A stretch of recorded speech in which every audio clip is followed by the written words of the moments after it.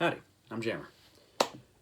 So, I don't know if this ever happened to you, but growing up, I had a mom. I know, shocker. I didn't see it coming either. Just, I thought, there I was. There I am.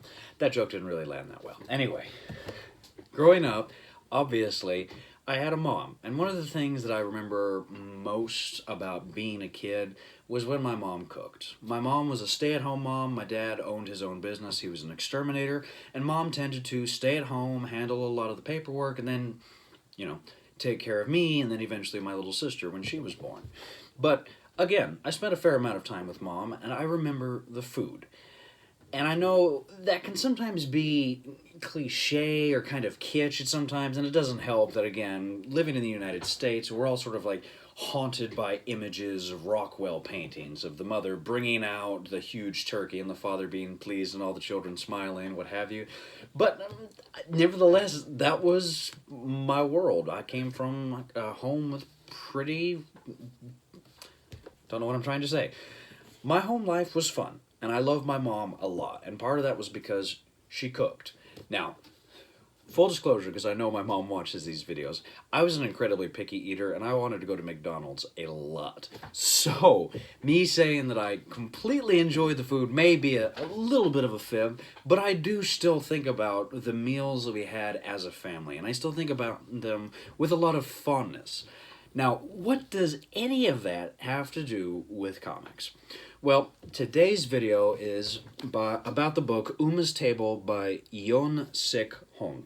And again, as always, like I mentioned in some previous videos, I'm a white dude from East Texas.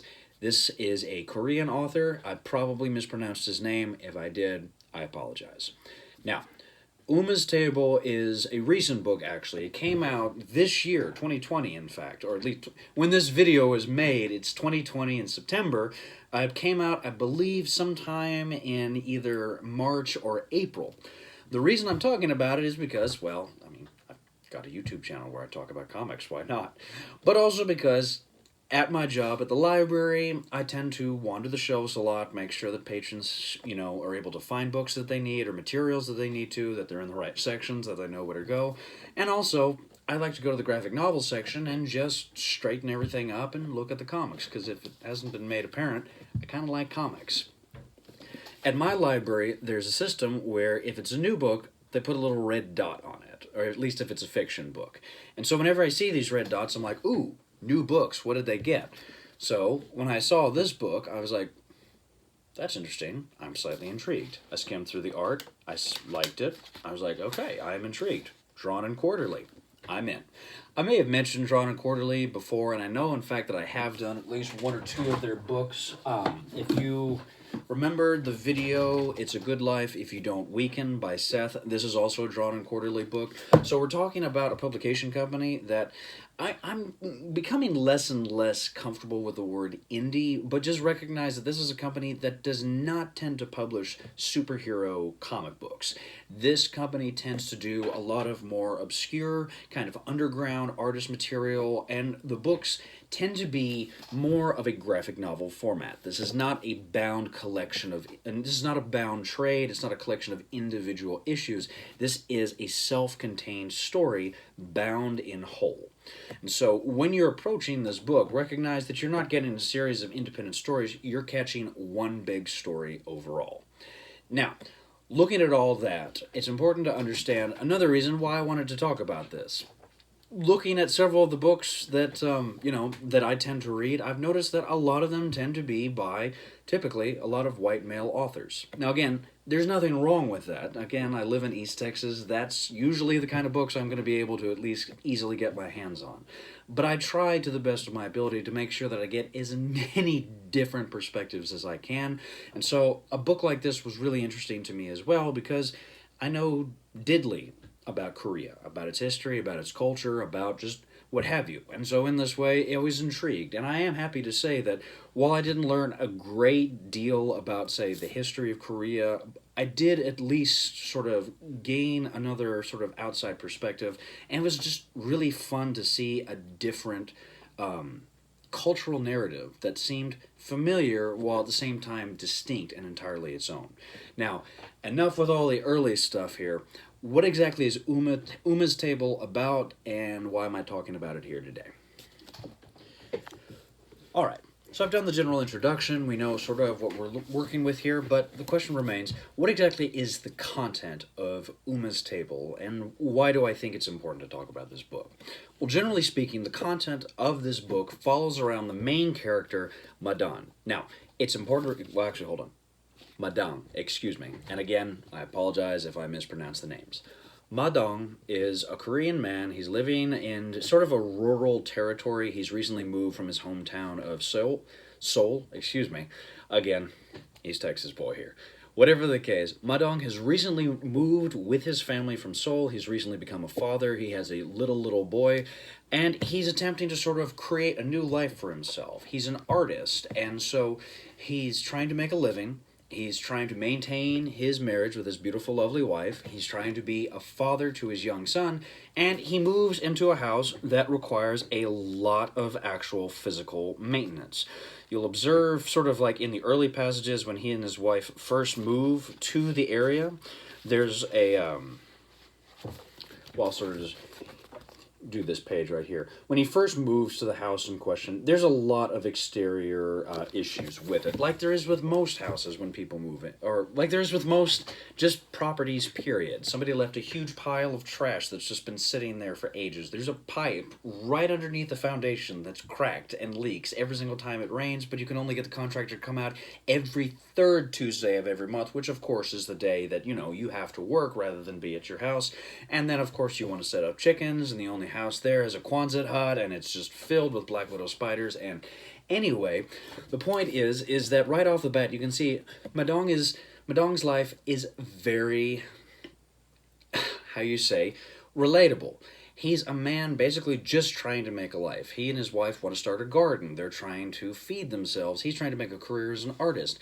And while Ma Dong and his wife are trying to do all this, his mom is slowly dying of cancer, and his father, who has been a long-term emotionally abusive alcoholic, is pretty much just doing nothing except lying around, continuing to cause problems.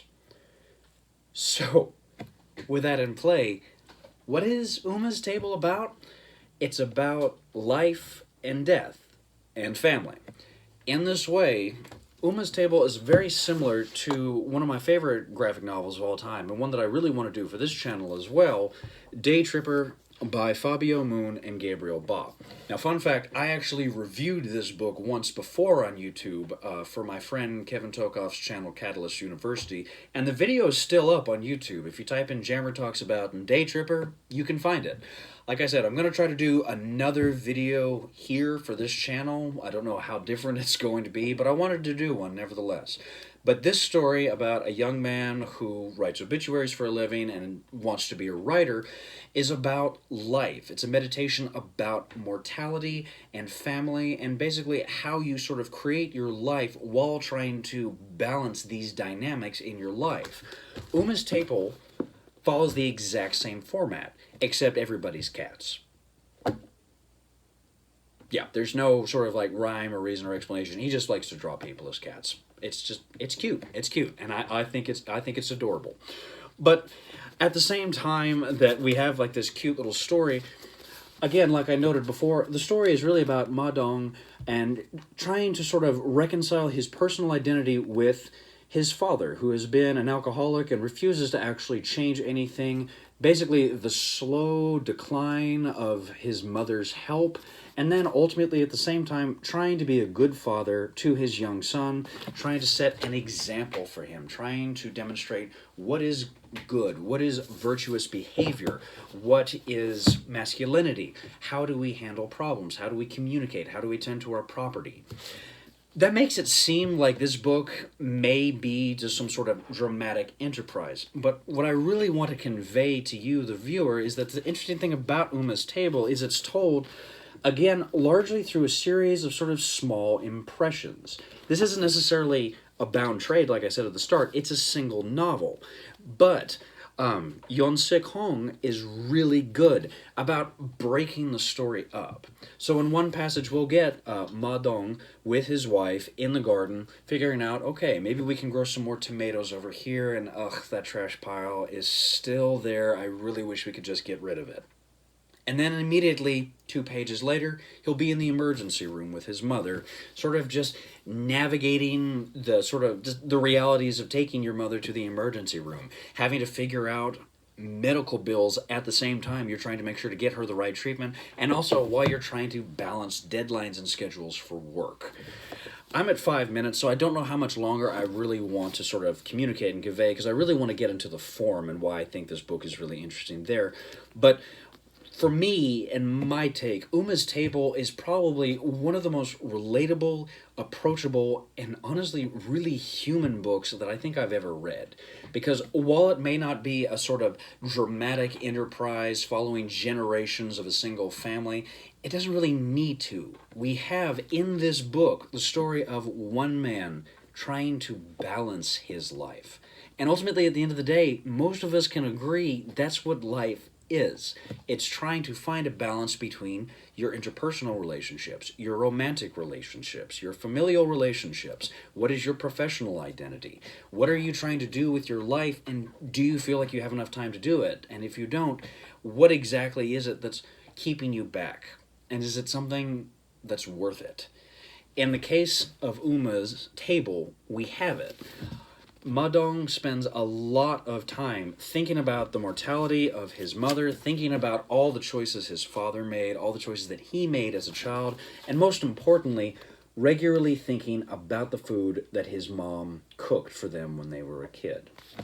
In this way, food becomes this continual theme throughout the book, because Ma Dong thinks a lot about the garden that he grows. He talks to a local neighbor who's always recommending plants to grow or offering the sale of certain items. He thinks about chickens and the way that can contribute to the meals at his table. Food is ultimately at the core of everything in this book. It's in the table. It's in sharing food with one another that these bonds, that these moments in life are really established. And so in this way, I really think Hong has done something tremendous with this book. He's gotten really at the core notion of humanity, which is that when we come together, when we eat, when we share our time together, we establish bonds that are lasting and not easily broken.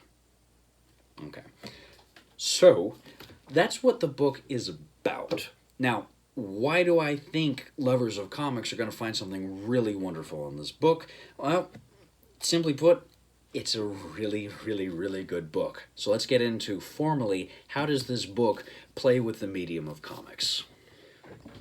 Okay, we've discussed the content of Umma's Table. We've discussed how it's a book which explores the notions of family, personal identity in relation to family, how exactly do we find each other as human beings, and then when we approach the end of life, while set against the sort of continual development of life, how do we find balance? These are all the good questions in terms of the content of the story of Umma's Table. And it's important to recognize that what's really interesting about this book is it manages to do a lot visually as well as the actual narrative itself. Now, I noted at the very beginning, in this book, everybody's cats. Again, when we look at Yeon Sik-Hong, this is his first book, or at least the first book which has really reached America. As far as I can tell, it's sort of a similar situation with one of my favorite authors, Junji Ito.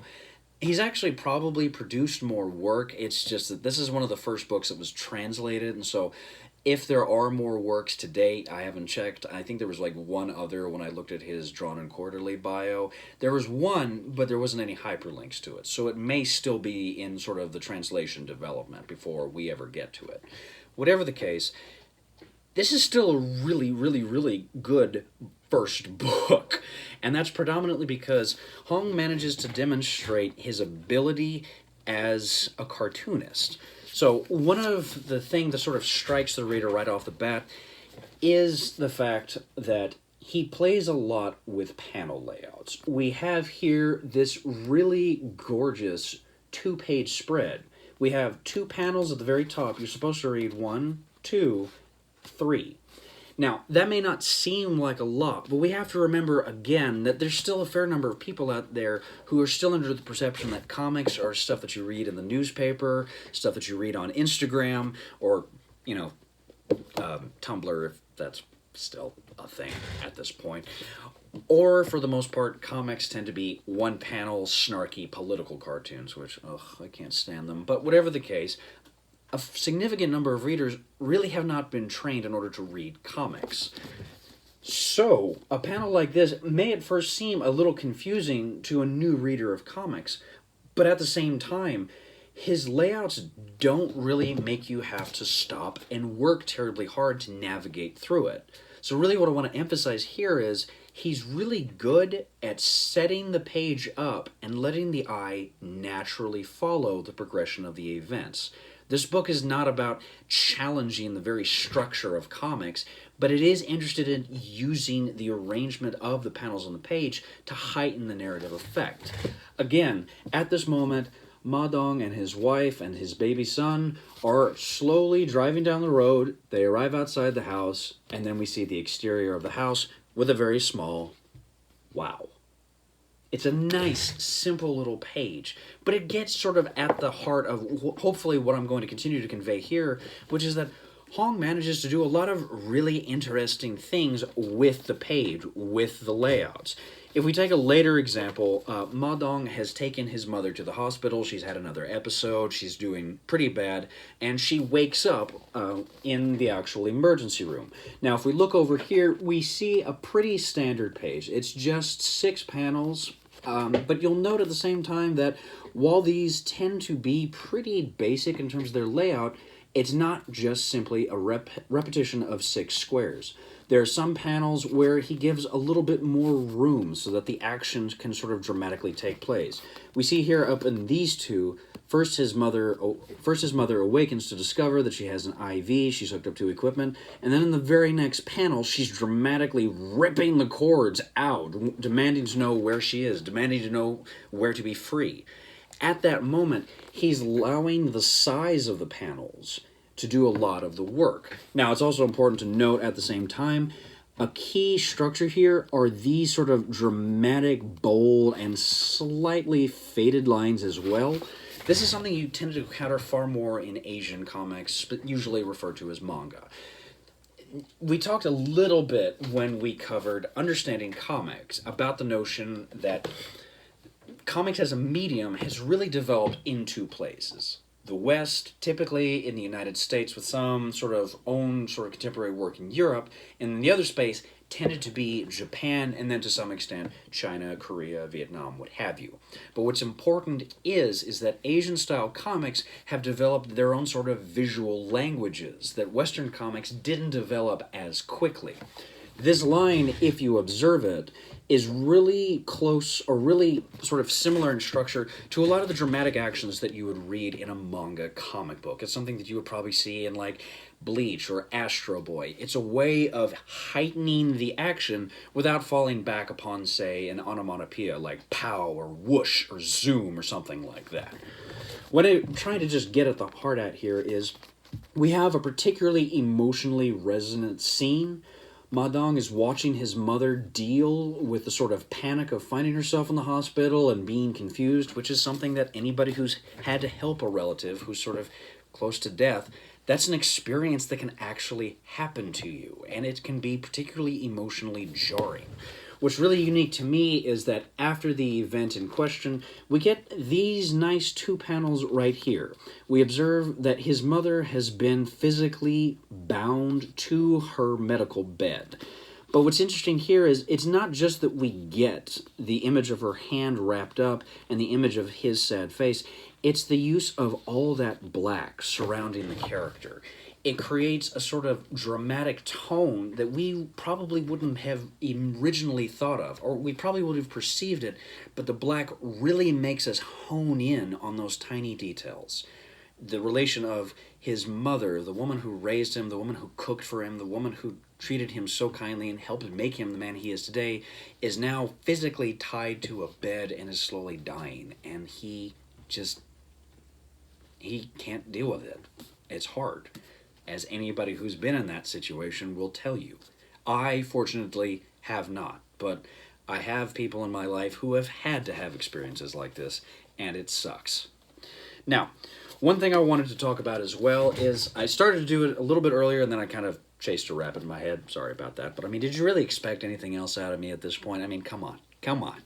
Anyway, one of the things I pointed out earlier was the sort of simplicity of the artwork. Again, everybody in this book is a cat, kind of, but at the same time, the idea is it's not a cat universe. The best way to describe it is sort of something akin to Mouse by Art Spiegelman.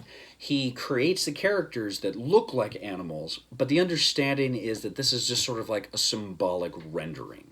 In this case, Umma's table makes everybody in Korea cats, but that's not necessarily a political or a philosophical statement. I suspect for the most part, Hong is probably in the tradition of animal-style comics or anthropomorphization of the anthropomorphization of animals in comics as a way of just sort of exploring territory.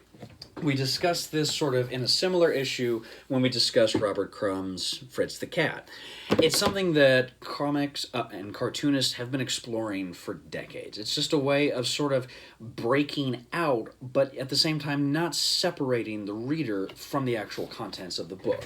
And also something to talk about as well, if you remember the videos about understanding comics, which I hope you've watched at this point, because I worked really hard on them, man. I mean, like, I spent like 9 episodes working on those. Just watch a couple, please. For me, I would really appreciate it. Anyway, we discussed the notion of iconography, or the notion of the icon. The more simplistic a rendering, the more the reader is allowed to imprint upon the characters.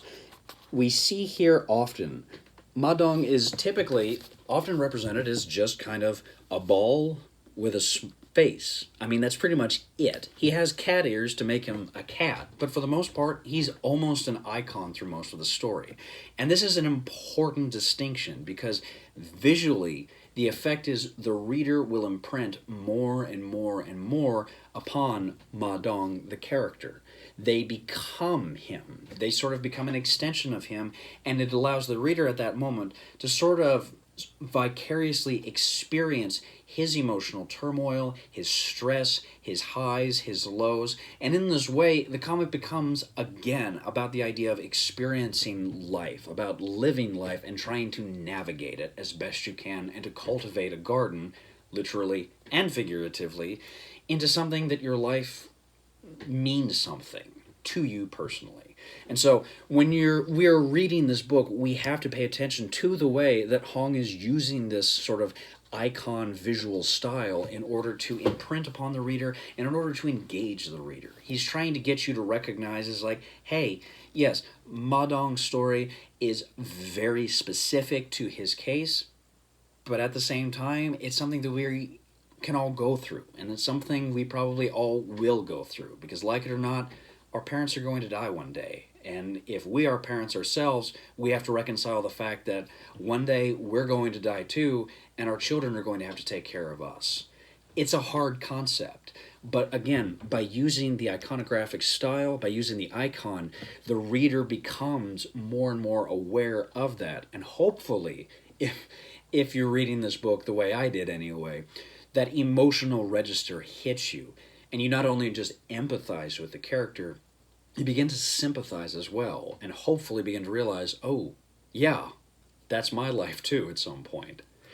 Now, one last thing I really want to sort of hop into, or one thing I kind of want to discuss, there was a panel earlier that I showed, and I didn't realize at the time just how good it was, at least in my mind, of sort of showing you what Hong is doing in this book.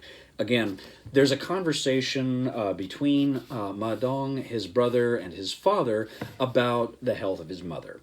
And what's important to recognize is they're pretty much coming to the agreement of, in the situation that she passes away or her body becomes basically a vegetable, what is our course of action?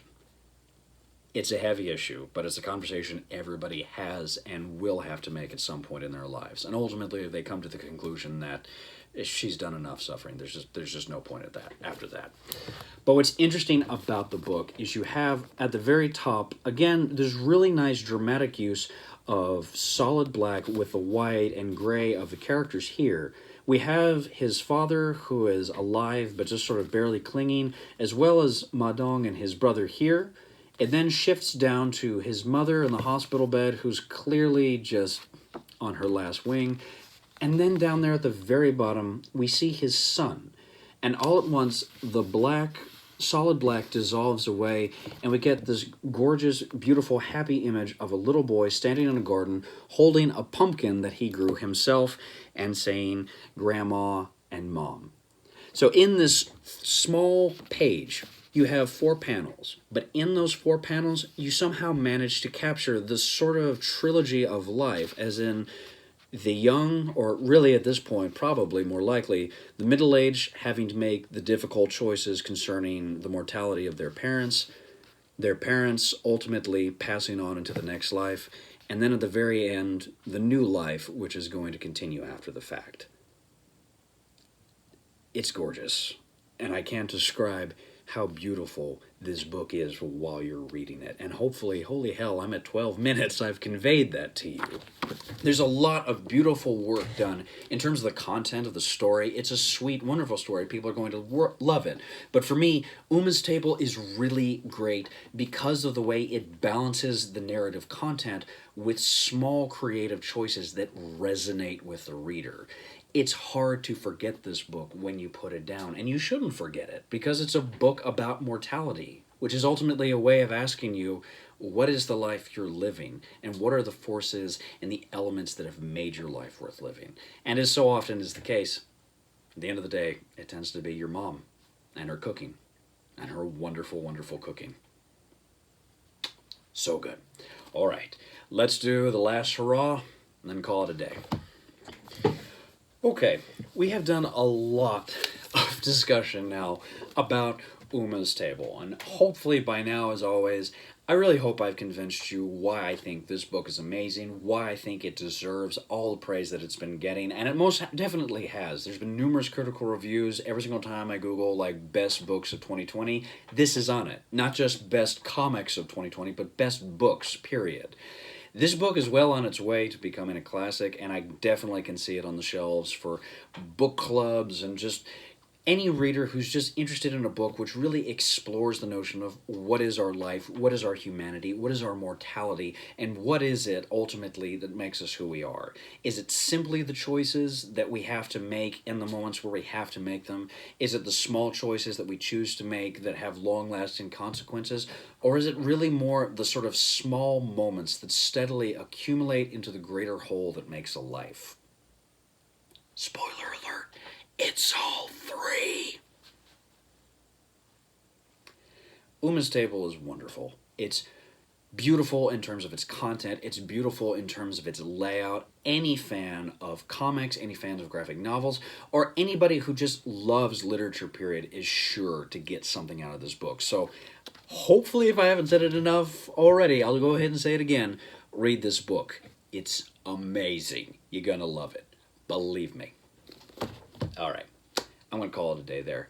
Thank you so much for watching. I really appreciate it. As always, please like, share, and subscribe, all that jazz. It helps me know that you're liking these videos. It helps me know that you want to see more, maybe, or maybe you just want to see the cool books that I put up here on display. Hey, I don't judge. Also, when it comes to Umma's Table, most local comic book shops in the area probably will have a copy of it. Again, it just came out this year, so they probably have stocked it. If they don't, ask about it. They can probably put it on order for you. I got this book myself at my local public library. A lot of libraries, I suspect, probably will invest in this book because it's getting a lot of good press. But if your local library does not have it, just ask for an interlibrary loan form. I guarantee you they'll be able to get you a copy of it. I was going to say something else, and I've already forgotten. Whatever. I am tired. It has been a day, so I will say thank you for watching. I really appreciate it. Go read some comics.